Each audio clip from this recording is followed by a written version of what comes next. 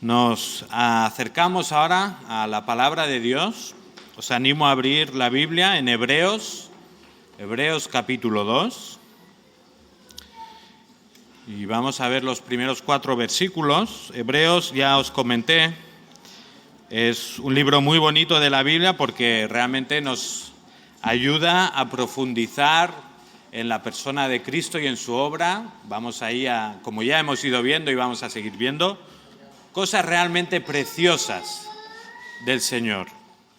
Pero Hebreos también es una carta que contiene, en toda la Biblia, de las llamadas de atención más severas y más drásticas que podemos leer. Así que hoy vamos a estar viendo una de ellas y vamos a preparar nuestros corazones para escuchar al Señor. Damos las gracias a Abel, que ha estado toda la semana dando clases allí en La Carlota, ha viajado ayer, y le pedimos que el Señor le ayude en esta mañana a hablar su palabra. Leemos Hebreos 2, del 1 al 4. Dice así: Por tanto, debemos prestar mucha mayor atención a lo que hemos oído, no sea que nos desviemos. Porque si la palabra hablada por medio de ángeles resultó ser inmutable, y toda transgresión y desobediencia recibió una justa retribución, ¿cómo escaparemos nosotros si descuidamos una salvación tan grande? La cual, después que fue anunciada primeramente por medio del Señor, nos fue confirmada por los que oyeron, testificando Dios juntamente con ellos, tanto por señales como por prodigios y por diversos milagros y por dones del Espíritu Santo, según su propia voluntad. Padre Santo, queremos en esta mañana estar atentos a tu palabra. Queremos escucharte y entender qué es lo que nos estás diciendo a cada uno de nosotros. Ayuda a Abel en esta mañana, dirige toda la meditación y sigue trabajando en nuestras vidas. Te lo pedimos en el nombre de Jesús. Amén. Bueno, pues el Papa me dio un fuerte abrazo para todos vosotros. Os echa muchísimo de menos. Y lo cierto es que traigo con su comprensión, con su situación, pues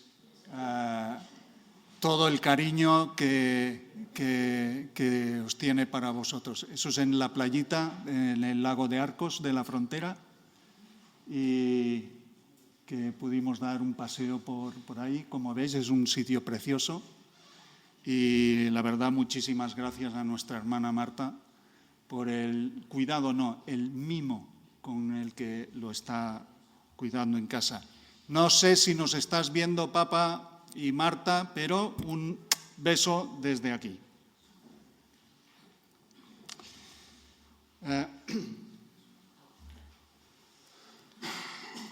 Casi Dani me hace un spoiler del sermón en esta mañana.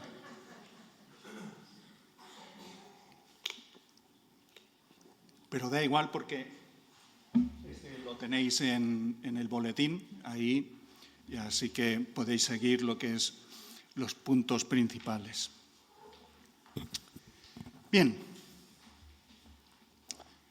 en toda vida, en toda historia, existen momentos claves que marcan un antes y un después, tanto en sentido positivo como en sentido negativo. En la vida de Sansón, el encuentro con Dalila marcó un antes y un después. Después de 4 encerronas, habéis oído bien, de 4 encerronas, para que desvelara el secreto de su fuerza, sucumbió a los encantos de la mujer y reveló que su fuerza residía en su pelo largo. No prestó atención a la encerrona y eso le costó sus ojos y su libertad. El rey David con toda su fama, poder, con toda su gloria, en un momento no tuvo cuidado de sí mismo y cayó en el adulterio. Y seguidamente en el asesinato para encubrir el adulterio. Aunque siguió reinando, el rey David no fue el mismo después de aquella experiencia.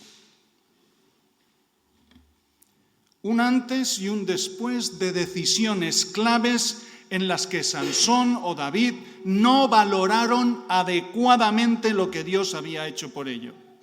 En cada uno de los casos que he mencionado, hay que señalar que Dios no retiró su misericordia. Sin embargo, sufrieron las consecuencias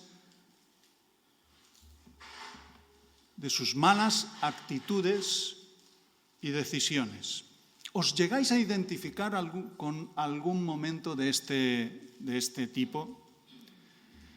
¿Podéis pensar en algún momento crucial en vuestra vida en el que no hicisteis el caso que la palabra de Dios os estaba advirtiendo? ¿Sufres todavía las consecuencias de aquello?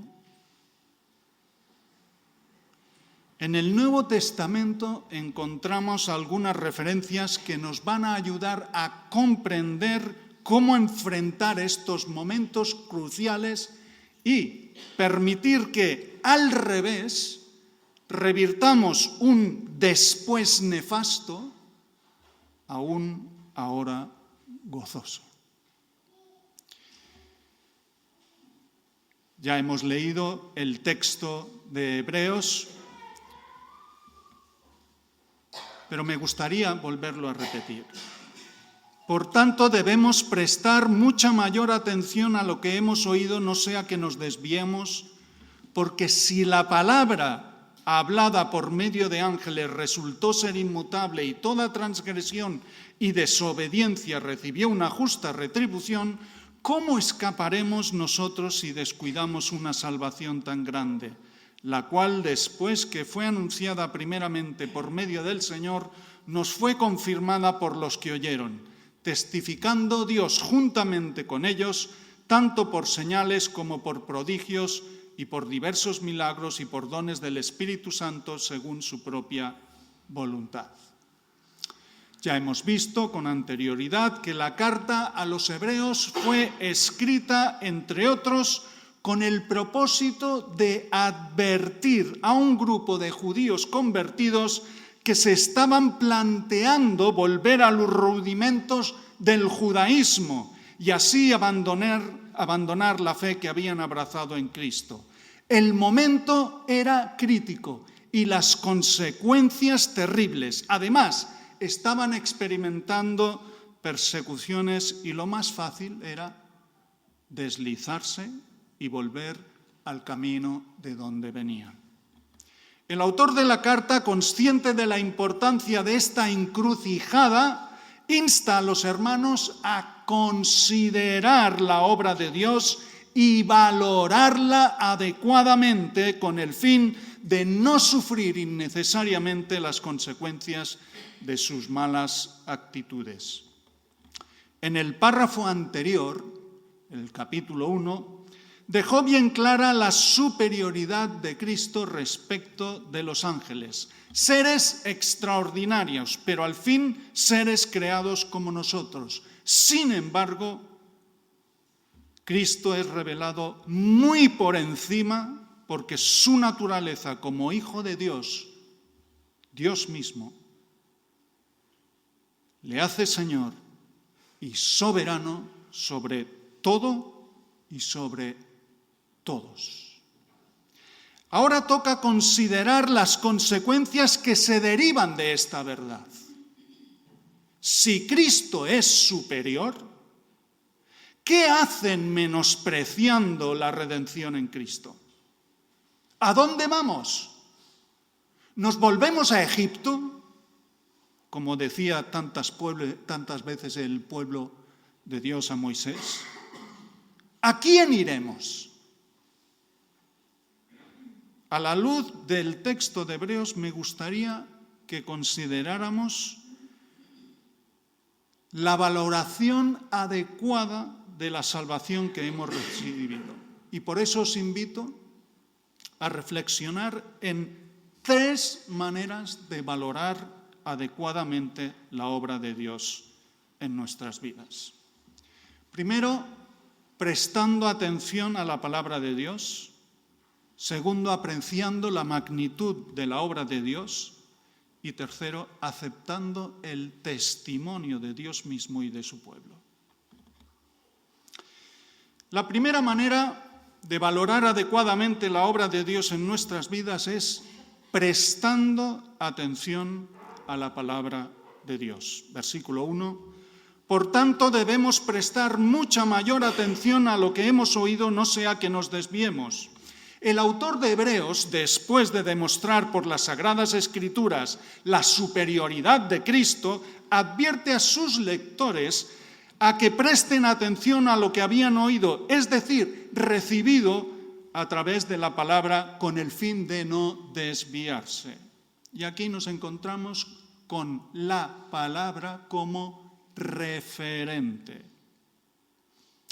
Vivimos en la era de las comunicaciones. Escuchamos decenas, cientos de mensajes cada día. Miles de voces intentan colarse en nuestra mente para decirnos qué debemos hacer, qué debemos comprar, crearnos una necesidad, qué debemos comer, qué debemos ver o escuchar, a quién debemos votar, incluso qué debemos pensar.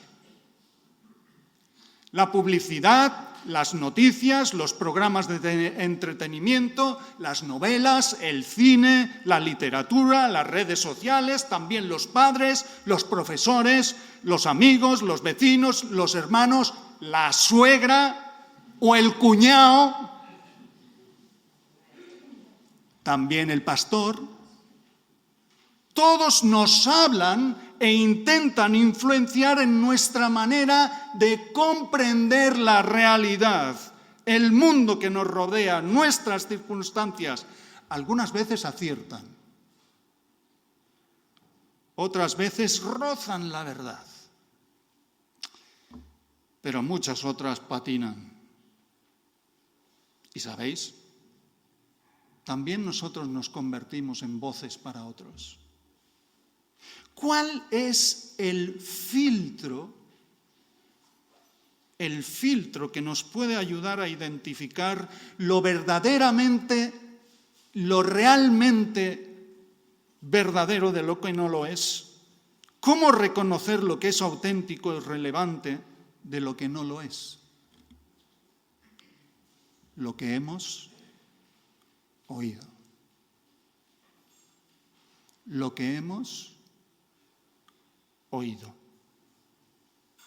La palabra de Dios se constituye en el referente por excelencia, el punto de apoyo, la norma que filtra todas las demás reglas. La palabra de Dios es la voz que debe ocupar nuestra principal atención. Es el filtro que nos puede ayudar a eliminar el ruido que molesta y nubla nuestro pensamiento. Por eso oró Jesús por sus discípulos, diciendo: Padre, santifícalos en tu verdad, tu palabra es verdad. Es la verdad la que nos libera y nos ilumina el camino, la que discierne nuestros pensamientos y aún nuestras intenciones ocultas. Es la palabra la que nos revela la voluntad de Dios y los valores de su reino. Y fijaos cómo ilustra el autor de Hebreos la palabra de Dios como amarre. La palabra que usa el autor en el griego también se traduce por no deslizarse.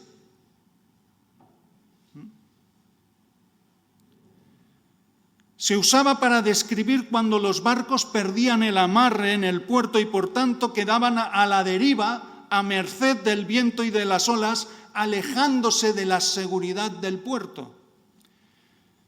cuando dejamos de prestar atención a la palabra de Dios, corremos serio peligro de dejarnos llevar por cualquier voz que llama a nuestra puerta, de creer cualquier mentira que acaba esclavizando nuestra mente, o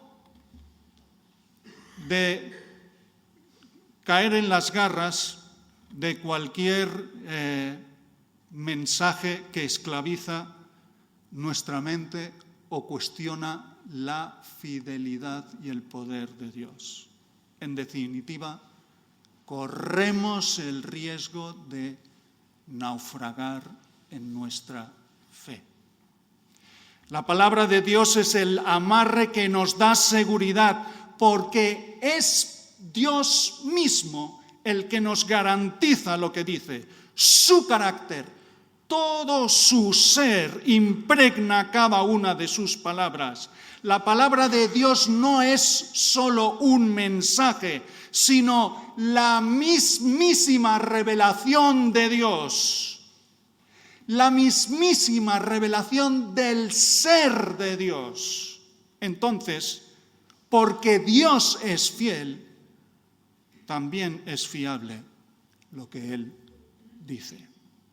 No tenemos otra opción para valorar adecuadamente la obra de Dios en nuestras vidas que prestar atención a lo que hemos oído, la palabra de Dios.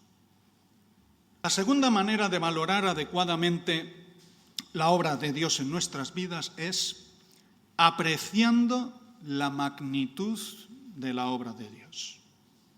Dicen versículos 2 y 3, porque si la palabra hablada por medio de ángeles resultó ser inmutable y toda transgresión y desobediencia recibió una justa retribución, ¿cómo escaparemos nosotros si descuidamos una salvación tan grande? El argumento del autor de la carta refuerza la atención que merecía la figura de Cristo, comparándolo con la forma con la que Dios trata la desconsideración de su pueblo. Los judíos del primer siglo vinculaban la revelación de la ley de Moisés al ministerio de los ángeles. El apóstol Pablo y Esteban nos prefiguran esta forma de pensar del pueblo hebreo. Por ejemplo, en Gálatas 3:19 dice: entonces, ¿para qué fue dada la ley? Fue añadida a causa de las transgresiones hasta que viniera la descendencia a la cual había sido hecha la promesa, ley que fue promulgada mediante ángeles por mano de un mediador. O citando las palabras de Esteban cuando le están apedreando: este Moisés a quien ellos rechazaron diciendo: ¿quién te ha puesto por gobernante y juez? Es el mismo que Dios envió para ser gobernante y libertador con la ayuda del ángel que se le apareció en la zarza.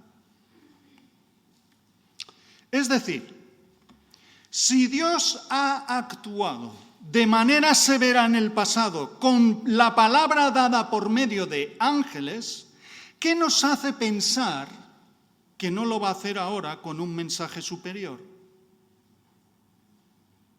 Se trata de una advertencia dura hacia el menosprecio del Evangelio de Jesucristo. Y ahí nos encontramos la justicia de Dios como punto de referencia. ¿Qué situaciones pudiera tener en mente el autor de Hebreos, hablando de la retribución que otros recibieron? Pues, por ejemplo, la forma en la que Dios trató la rebelión del pueblo de Israel en Cades, a las puertas de Canaán. Después de tan solo año y medio de peregrinaje desde que salieron de Egipto, se plantan delante de la tierra prometida. Tan solo año y medio, Después del informe desfavorable de los hombres que mandó Moisés para reconocer la tierra, con la excepción de Caleb y Josué, El pueblo no creyó que Dios les pudiera dar la victoria frente a la raza de gigantes de aquella región, y su incredulidad les costó vagar por el desierto 40 años. Y ninguno mayor de 20 años vería aquella tierra. Recordemos cómo los hijos de Aarón, Nadab y Abiú, cayeron fulminados por ofrecer fuego extraño, es decir, por su actitud de menosprecio al ministerio sacerdotal. O también el autor de Hebreos pudo tener en mente las caídas de Samaria y Jerusalén con las consecuentes deportaciones a Asiria y Babilonia como disciplina por la obstinación del pueblo de Israel en caer una y otra vez en la idolatría de los pueblos vecinos. Las consecuencias fueron nefastas. La nación perdió su tierra, su identidad, su dignidad. El templo, símbolo de la presencia de Dios en medio de su pueblo, fue derruido. A pesar de todo, Dios nunca ha dejado de mostrar su misericordia en múltiples formas. Ha mantenido sus promesas de restauración, no ha abandonado los planes de futuro para el pueblo en la historia, pero la rebelión les salió cara. El pueblo no se fue de rositas. El carácter fiel y justo de Dios no lo pudo pasar por alto. ¿Cómo? Tampoco lo va a permitir ahora. ¿Cuánto más tratándose de la redención en Cristo? Si este fue el modus operandi de Dios en el sistema de la ley de Moisés, que es la sombra del misterio que tenía que ser revelado en Cristo, ¿cuánta más será la severidad de quien menosprecie la salvación que hemos recibido por la redención en Cristo? Veamos algunas características de la obra de la redención. 1. Se trata de la consumación de la ley. Es decir, en la redención se cumple la ley. Segundo, todos los sacrificios del sistema ceremonial de Levítico, todos confluyen en el sacrificio único de Cristo.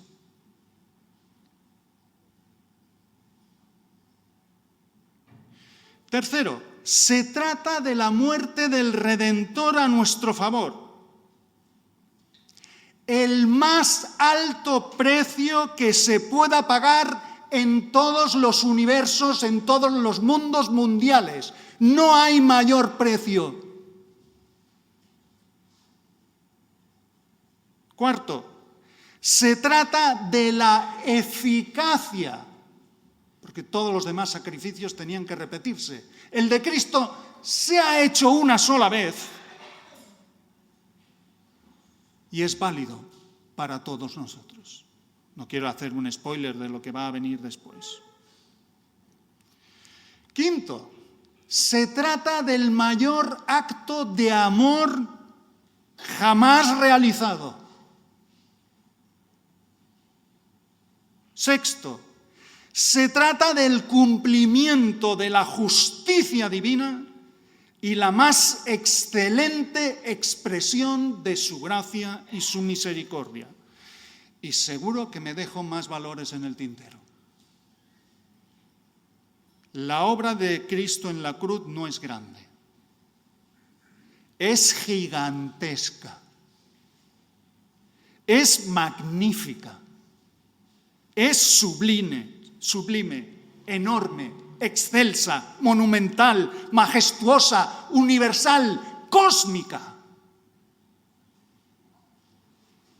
Si la gloria de Dios se hace visible por medio de la creación de las cosas hechas, la gloria de Dios en la redención la supera con creces. pero tranquilos. Esto es tan solo una advertencia. Si Dios fue paciente con Israel, también lo es con nosotros. Y si Dios ha tenido y tiene misericordia de su pueblo en tiempos antiguos, también mantiene esa gracia y esa misericordia con nosotros, hoy, aquí y ahora. Además, habéis venido aquí a este lugar a adorar a Dios, para reconocerle como Señor, para escuchar su voz o valorar el amor de Dios en su justa medida, o al menos intentarlo. La advertencia es para que ni se nos pase por la cabeza mirar hacia atrás. Que ni se te ocurra mirar hacia atrás. No queda otra que valorar adecuadamente la obra de Dios en nuestra vida, prestando atención a su palabra y apreciando la magnitud de la obra que ha hecho a nuestro favor.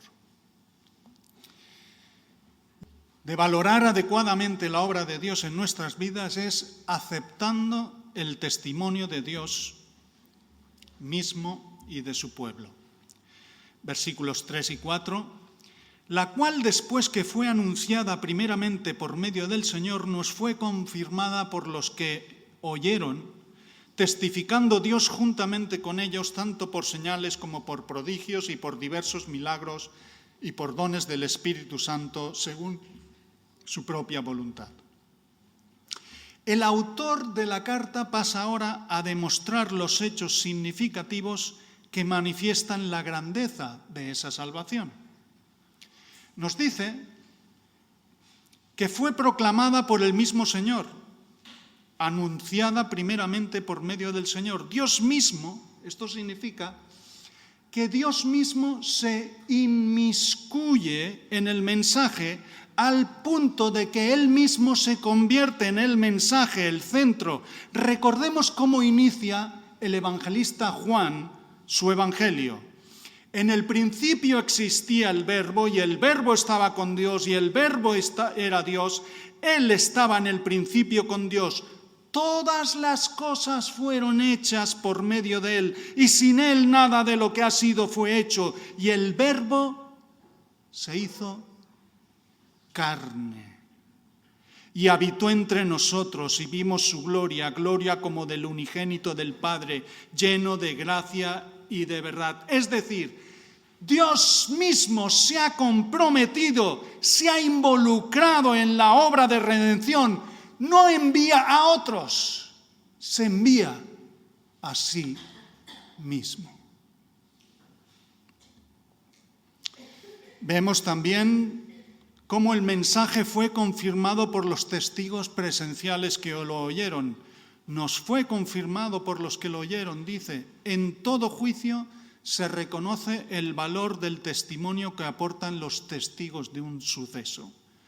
Los testigos de la crucifixión de Jesús y posteriormente de su resurrección dieron autenticidad al relato porque lo vieron con sus ojos, lo oyeron con sus oídos y lo tocaron con sus manos.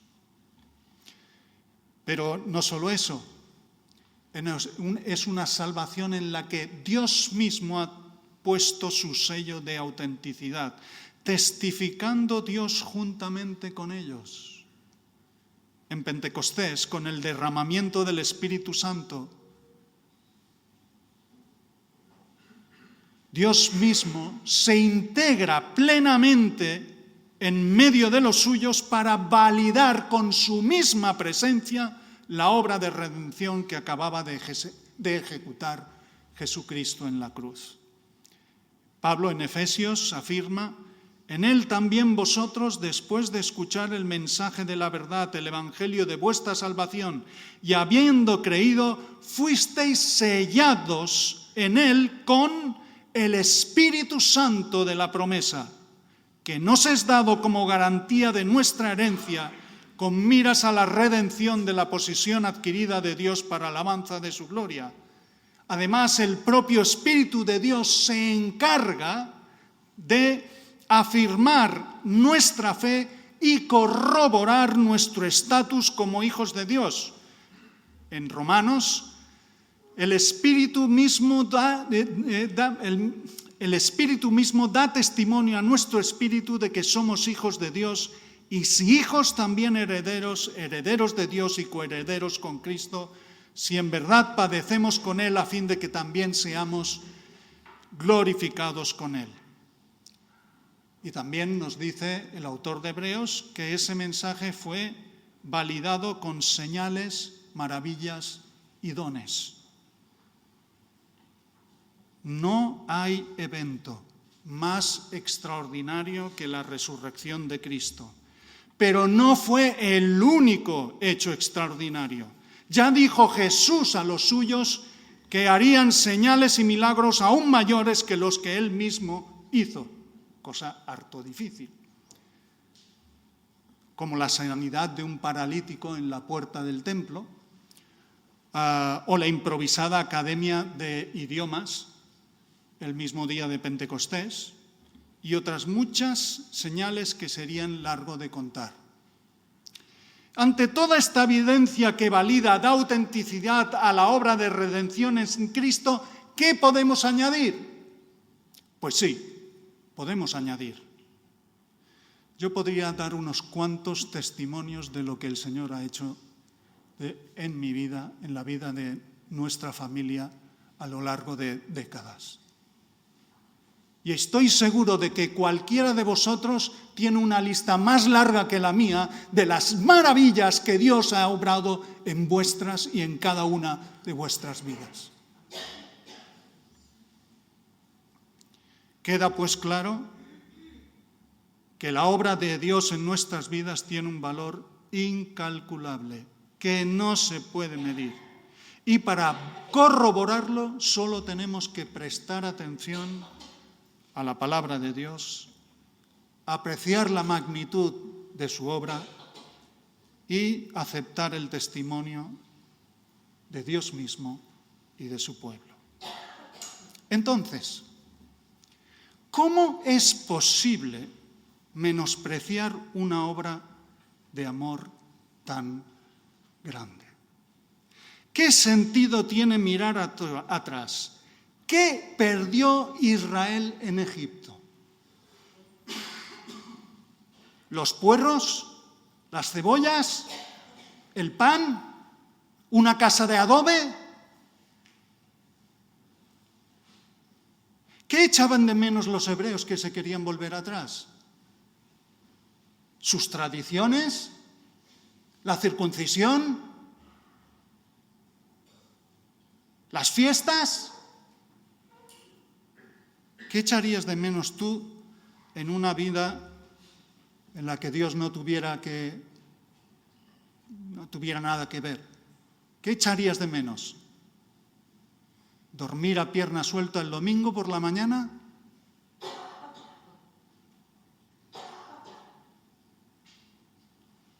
La evidencia en favor del valor de la obra de redención en nuestras vidas es abrumadora.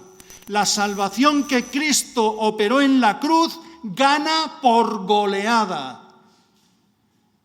Descubriremos su valor tan solo si prestamos atención a su palabra, apreciamos la magnitud de su obra y aceptamos el testimonio del propio Dios y de su pueblo. Os invito a hacer de este momento, de este día, un antes y un después.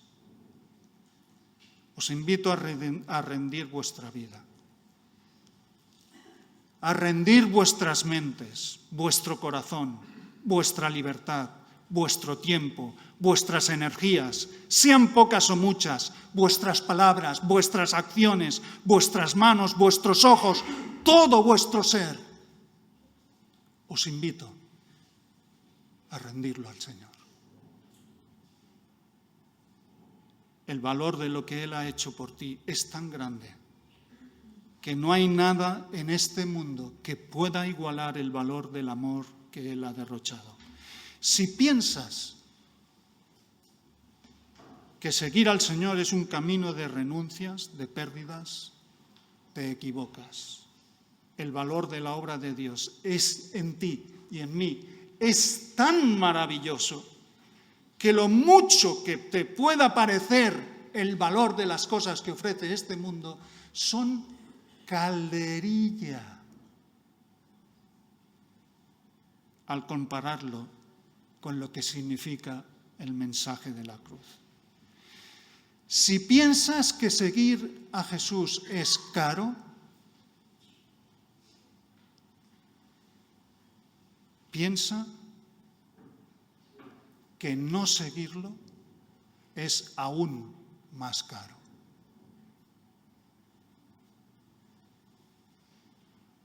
No mires atrás. No mires atrás. Amén. Gracias, Abel, por este mensaje que viene de parte de la palabra de Dios y que nos anima a prestar atención a su palabra. Nos anima a considerar esa salvación tan grande que Él nos ha regalado. Y te animo ahora que puedas responder al Señor en oración, que con libertad, en respuesta a lo que hemos escuchado de su parte, pues ahora puedas responderle. Y te animo también, si hasta ahora has vivido ignorando o no prestando atención a la palabra de Dios, que consideres la importancia de prestar atención, que consideres la importancia de seguir al Señor, porque ¿cómo escaparás tú si descuidas una salvación tan grande? Vamos a responder en oración.